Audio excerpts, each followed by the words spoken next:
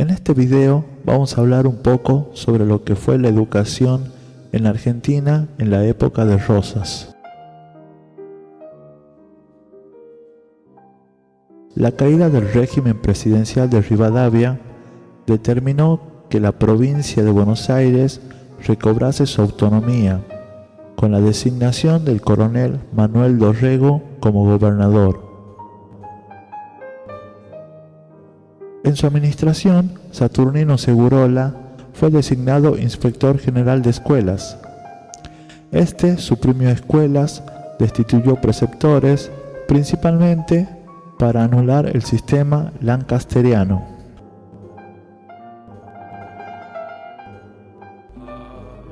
Con el fusilamiento de Dorrego, Juan Manuel de Rosas asciende al poder el 8 de diciembre de 1829.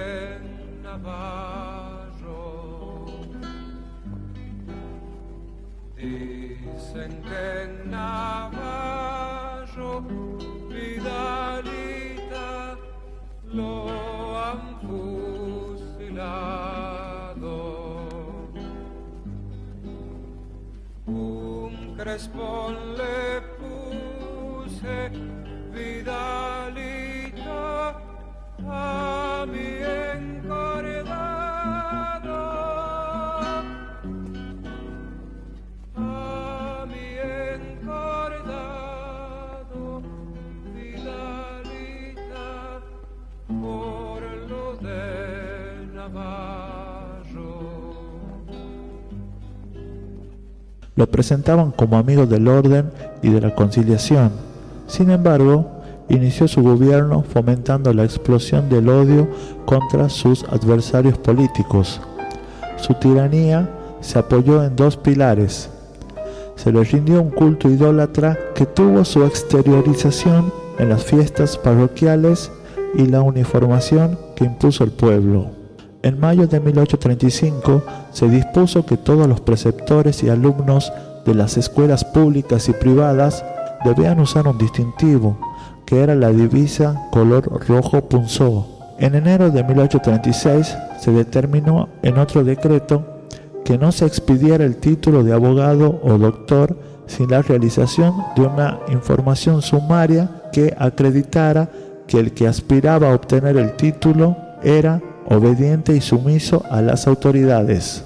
Pero el golpe de gracia hacia la educación lo dio el 27 de abril de 1838, cuando borró del presupuesto los sueldos de los educadores. Se establecía en su artículo primero que los educadores debían exigir de los padres o deudos de cada uno de sus alumnos la cuota que corresponda para subvenir el pago de la casa, maestros, monitores y útiles de cada escuela. En su segundo artículo determinaba que el alumno que no entregase la suma que le sea asignada tendría que ser despedido. Y los dos últimos artículos, refiriéndose a los casos en que no alcanzaran las cantidades abonadas por los padres o deudos para el sostenimiento de los establecimientos, deberían ser clausurados, inclusive el colegio de huérfanos. Desamparada por el gobierno, la educación elemental sufrió un terrible retroceso. Se clausuraron la mayoría de las escuelas, el colegio de San Miguel, asilo de niños huérfanos, hubo que cerrar sus puertas, al igual que la sociedad de beneficencia. Durante la tiranía se apagó la vida intelectual en el país, pues escritores, poetas, educadores, profesionales y todo aquel que no era notoriamente adicto a la santa causa de la Federación tuvo que abandonar el país y refugiarse en el extranjero, como ser en Uruguay, Chile y Bolivia. Estos países fueron donde principalmente se instalaron los proscriptos, quienes se entregaron a una intensa y prolongada lucha en favor de la libertad de su patria. Con la caída de la tiranía en 1852, era de esperarse restituir las instituciones educativas al estado en que se encontraban antes de que Rosas asumiera el poder. Así como hubo caudillos con tendencias vandálicas y disolventes, también los hubo cultos y progresistas, que realizaron verdaderos esfuerzos por organizar las provincias a su cargo. dándoles una constitución, fundando establecimientos educacionales y favoreciendo el desarrollo y la difusión de las más variadas manifestaciones culturales. Uno de ellos fue justo José de Urquiza, el organizador de la nación.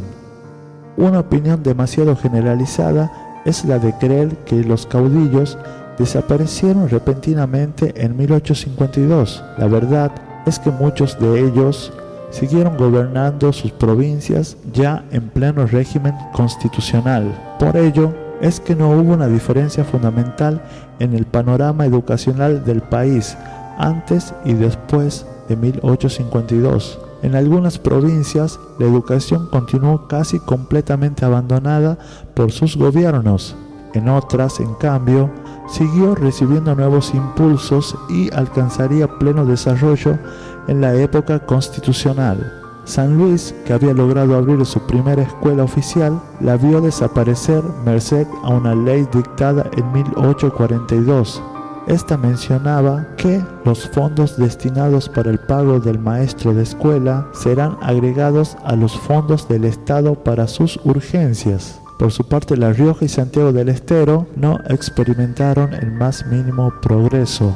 También en Catamarca fue nula la acción de los gobiernos, pero la enseñanza de las primeras letras no sufrió un retroceso debido a un conjunto de educadores privados. En Tucumán, durante el gobierno de Alejandro Heredia, se crearon varias escuelas y la Junta Protectora, que estaba encargada de examinar los progresos de las escuelas y formar proyectos de mejoras y adelantamientos. Esto dio cierta estabilidad a la enseñanza.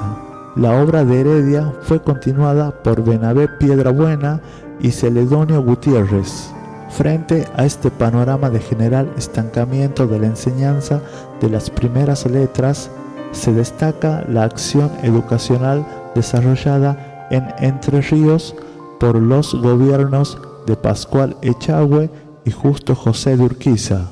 Se crearon escuelas y se estableció la inspección escolar, designándose al procurador de la ciudad para que, en compañía de dos vecinos, verificara el adelanto de los niños y observara la conducta de los maestros. Urquiza designó a Marcos Sastre, inspector general de escuelas, y determinó que la escuela debía tender a modelar el carácter del futuro hombre. La educación debía corregir los defectos del pequeño, cuidando siempre de obrar con la mayor prudencia. Tal concepción educativa llevaba lógicamente a la abolición de los castigos corporales. También el maestro fue tenido en cuenta en el reglamento que se ocupó de su designación. Para ser maestro o ayudante se establecieron como requisitos indispensables profesar la fe católica, tener buenas costumbres, un buen carácter e instrucción suficiente.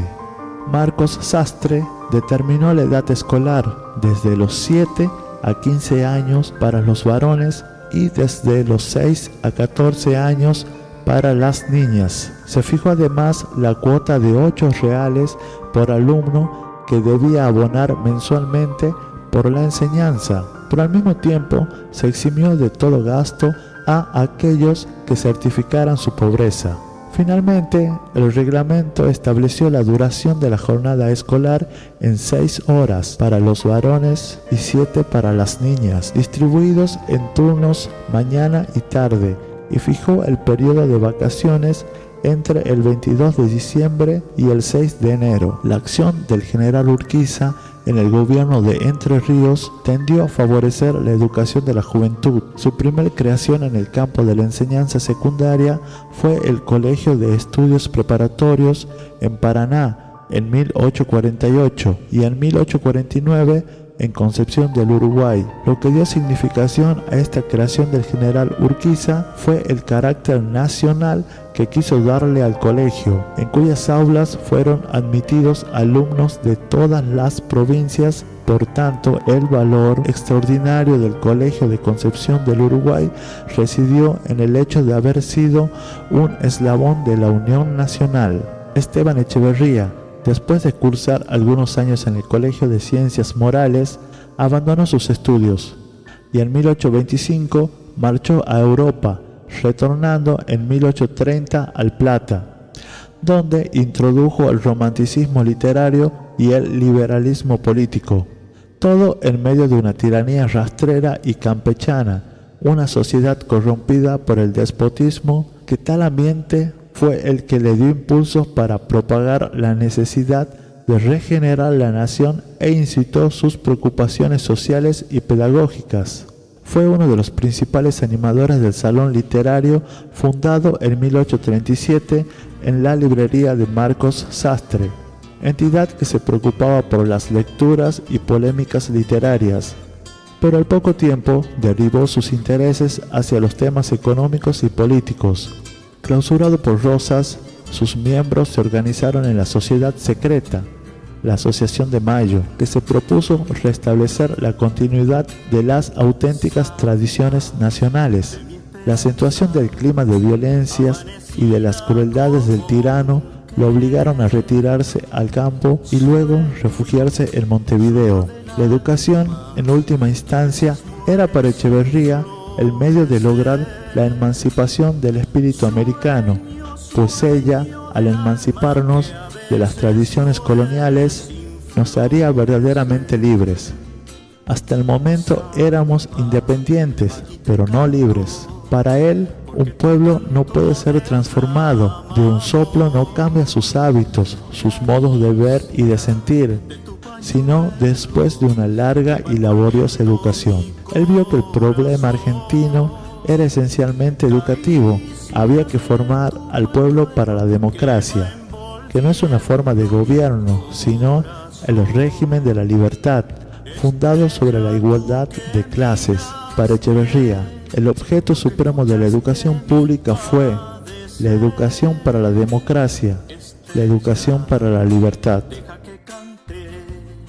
Deja que quiera como yo sé. Estrella, deja que cante, deja que quiera.